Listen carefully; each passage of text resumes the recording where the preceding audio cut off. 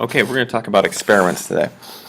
This is a big topic, but there's a lot of vocabulary, so we're going to spend most of the time today on vocabulary. We'll talk about some of the methodology as well. Okay, so there are basically two different things we're looking at: observational studies and experiments. Now, an observational study is where you collect data over, say, 1 month civilian death in Anbar province. Obviously, it's a little dated, but that's fine. So that'd be an observational study. You collect data.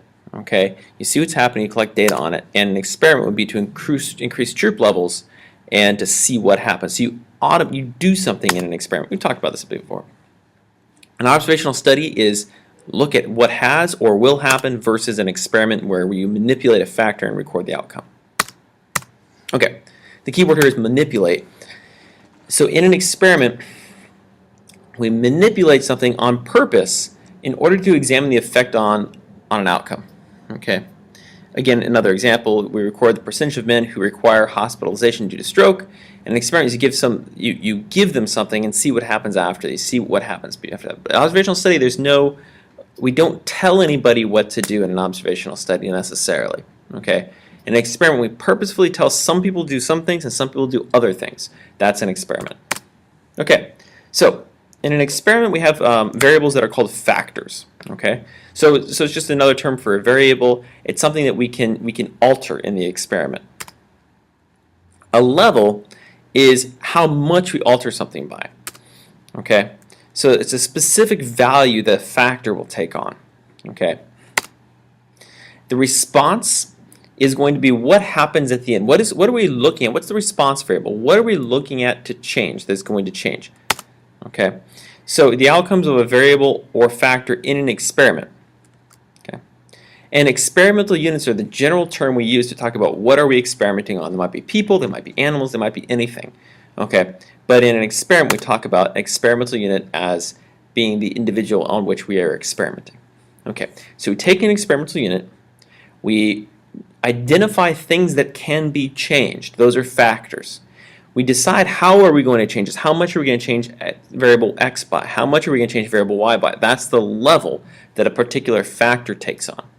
The response is what happens after I vary those factors by various levels. What happens? What are we recording at the end of the day? That's our response, okay, to the level that a factor takes on. Okay, and an experimental unit are sometimes referred to as subjects if they're humans, participants if they're humans, cases. It can be very general. Okay, so a treatment. Now a treatment is what you do. Okay, so it's not simply that I give somebody a drug. Okay, it's the entire treatment. What am I doing to group A versus group B? Okay, in an experiment we always have at least two groups. So we say, what are we doing in total to one group versus in total to another group? That's a treatment.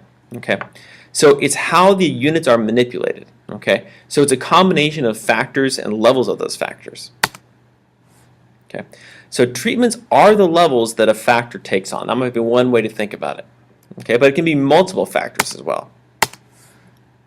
So principles of experimental design. These are super important. We have to know all four of these all the time. The first one is control. We always control everything. Okay? And it's pretty straightforward. There's lots of ways to control, but you want to try to get this down as tight as you can. Okay? So specifically control any factor that might influence the response. Okay? We want to make sure that the only thing that we see influence the response is our alterations that we do on purpose. The second one that's really important is randomization. Okay? We have to randomize who gets what treatment. Okay, this is distinct from sampling. Experimental design and sampling design are two very different concepts. Experimental design says, I have treatment A and treatment B. I want to randomly decide which of my experimental units get treatment A and which get treatment B. Okay, and the idea here is to remove any kind of bias as to who gets what treatment. Now, what's really important and what's really distinct here is that in experimental design, we care about who gets what's treatment. In sampling design, randomization is important too, except with sampling design, we're trying to select individuals to be part of our sample. It's a very different concept. In experimental design, we already assume we're dealing with a predetermined group. Okay, so the randomization occurs in who gets what treatment. The third concept here is replication. Okay, We want to be able to replicate. We want to be able to do this many times. So we want to do it over and over and over again. So ideally we have a large experimental group, okay? But we also want to be conscious that we want to be able to do this experiment over again, okay? We want someone else to be able to replicate our results. Okay, so we need to be able to do it over and over. And the last one is block. Okay, it's very similar to stratified sampling, but it has to do with experimental design. It's what we do with treatment groups, not how do we select individuals to be part of our study. Okay, so blocking is similar in concept to stratified or random samples. So these are the 4 principles: control, randomize, replicate, and block. And we need to know these for experimental design. Okay, control groups and blocking. So we have this, we want to figure out if supersize me is true. So, we want to figure out how healthy are McDonald's hamburgers, let's just say. Okay? How healthy are the Big Mac? Okay? Okay. So, but we notice that there's something happening here, right? If we do this to the School Without Walls population, faculty, administrators, staff are going to be, in general, less healthy, on average probably, than the student body, okay? Just because of our metabolism, we're older, right? It's not going to be really fair. So one thing we might think about doing is, if we're trying to give everybody in the school Big Macs or not, we might want to consider the fact that some groups are going to be healthier inherently than others, and has nothing to do with Big Macs. Okay, so here's the treatments we're going to consider. We're going to say some people eat 1 Big Mac a day, some people eat 2, and some people don't eat any, okay? All right. But notice that eating no Big Macs is no treatment. Okay, so we call this the control group. Okay, the control group is when no treatment is administered, and we watch this group to see what's going on with this group in opposition to the other ones. Okay, so that's a control group. Now, notice again, if we had all teenagers eating 1 Big Mac a day, okay, that would be a problem. And if we had all the administrators eating 1 Big Mac a day, that would also be a problem. The concept here is that we want to make sure that no matter what, we don't end up with all teenagers eating no Big Macs and all administrators eating 2 Big Macs, because then you have this problem. You're going to have a hard time seeing if Big Macs cause people to be more unhealthy, or if it's simply the fact that we had administrators who are more unhealthy. Okay, so we can't distinguish the two. Those age would be a confounding variable. We wouldn't be able to tell if Big Macs causes if health varies with Big Mac consumption, or if health is just varying with age. Okay, so that's the problem we're going to try to tackle here. We've already talked about a control group. That's good. We're going to start controlling for the fact that sometimes following people with no Big Macs is a good idea. But now we got to figure out, what do we do about the fact that a confounding variable is age? Okay, so we have 3 treatments. We know that health will vary with age. Okay, we want to know if health varies with Big Mac consumption. That's all we care about. Okay, so we want to eliminate the variable age as much as possible. Our response variable is health, however we're measuring health.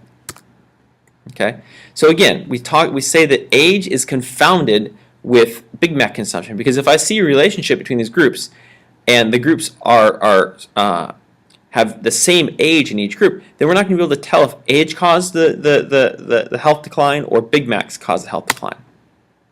So how do we deal with this? We do something called blocking. Okay, we group people age 18 or younger together. Okay, and in the age 18 or younger, we group them, and we assign a third of those to eat 0 Big Macs, a third to eat 2 Big Macs, and a third to eat 1 Big Mac. Okay, then we take those people aged 19 or older, the faculty and staff administrators, and we do the same thing to them. We say a third of them eat 1 Big Mac, a third of them eat 2 Big Macs, and a third of them eat 0 Big Macs. So what we do here is we divide into two groups, young and old. Okay, and within the young, we make sure that everybody gets randomly assigned a treatment. Okay, a third to each. And we do the exact same thing with the old. Okay, and the idea is that now, no matter what, we know that age is not going to be the only thing that's going to influence the result. We're doing something called blocking on the variable age. We put people into blocks of similar ages, and from there, we assign treatments. Okay. We randomly assign each treatment within the block of one of those treatments. Okay, so we put people in 2 blocks, and we randomly assign treatments within the blocks. Okay, it's almost as if we're running an experiment on young people and an experiment on older people. Okay, separate, different experiments, and then combining the results at the end of the day. Okay. Now the whole concept is that now when I look at the group of people who are eating 0 Big Macs versus 2 Big Macs, I know that I have a nice healthy diversity in each of those treatment groups. Okay. Summary. A control group is a group that gets no treatment. Confounding variable, we talked about this previously, but it really is important here, is a variable that might have an effect on the response variable, okay? But if it's confounding, it means that we can't distinguish its effect from the effect that we want. Blocking, okay, is a group of individuals who are similar. We put all the similar age in one group, similar group in another group, okay? And then from those blocks, we randomly assign treatments within the blocks, as if we're running an experiment on each block. Okay? So each individual in the block is randomly assigned one of the treatments.